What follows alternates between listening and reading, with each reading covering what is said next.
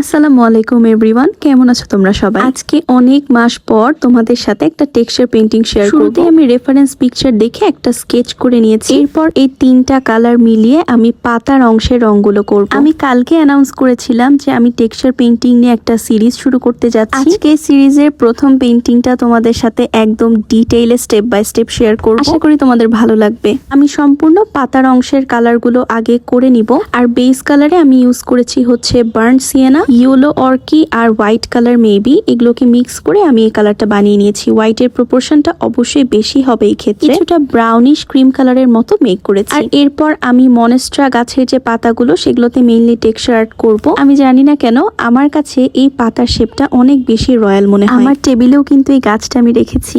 Texture আর্টটাকে on point রাখার জন্য আমরা কিন্তু এরকম পাইপিং ব্যাগে ভরে টেক্সচারটা দিয়ে থাকি। তবে তোমাদের কাছে যদি পাইপিং ব্যাগ না থাকে তোমরা আমার মতো বুদ্ধি অবলম্বন করতে পারো। একটা পলিথিন নিবে, তারপর সেটার মধ্যে টেক্সচার পেস্টটাকে সুন্দর মতো একদম ইনসার্ট করে ফেলবে। আর অবশ্যই পলিথিনটাকে একটু ছোট করে কেটে নিও, বেশি বড় হলে তোমাদের জন্য হ্যান্ডেল করাটা একটু কঠিন হয়ে যাবে। আর তারপর সেটাকে মুড়িয়ে একটা রাবার ব্যান্ড দিয়ে অ্যাটাচ করে দিলেই তোমরা খুব ইজিলি কিন্তু কাজ করতে পারবে। তাই আমি মনে করি আলাদা করে পাইপিং ব্যাগ কেনার কোনো দরকার নেই। তবে যদি পাইপিং ব্যাগ থাকে আরো একটু সুবিধা পাওয়া যায়। তোমরা হয়তো খেয়াল করছো যে আমার টেক্সচার আর্টটা খুব বেশি স্মুথ হচ্ছে না, মানে একটু কেমন এবড়ো থেবড়ো হচ্ছে। এটার একটা কারণ আছে। আমার টেক্সচার পেস্টটা আসলে অনেক দিন আগে, যার কারণে এটা জায়গায় জায়গায় একটু ড্রাই হয়ে গেছে। কারণ ওই যে তোমাদের বললাম যে আমি প্রায় অনেক দিন পরে টেক্সচার আর্ট করছি, তাই আমি ভাবলাম ওয়েস্ট না করে যতটুকু সম্ভব আমি এটা পারফেক্ট করার চেষ্টা করব ব্রাশ দিয়ে। আমি সাজেস্ট করব তোমরা যখন টেক্সচার আর্ট করবে ওই টাইমে ইনস্ট্যান্টলি তোমরা টেক্সচার পেস্টটা প্রিপেয়ার করে নিবে, তাহলে তোমাদের আর্টটা অনেক বেশি ভালো হবে এবং স্মুথ হবে। আমার এটা রেডিমেড টেক্সচার পেস্ট ছিল যেটা আমি কিনেছিলাম। তবে আমি মনে করি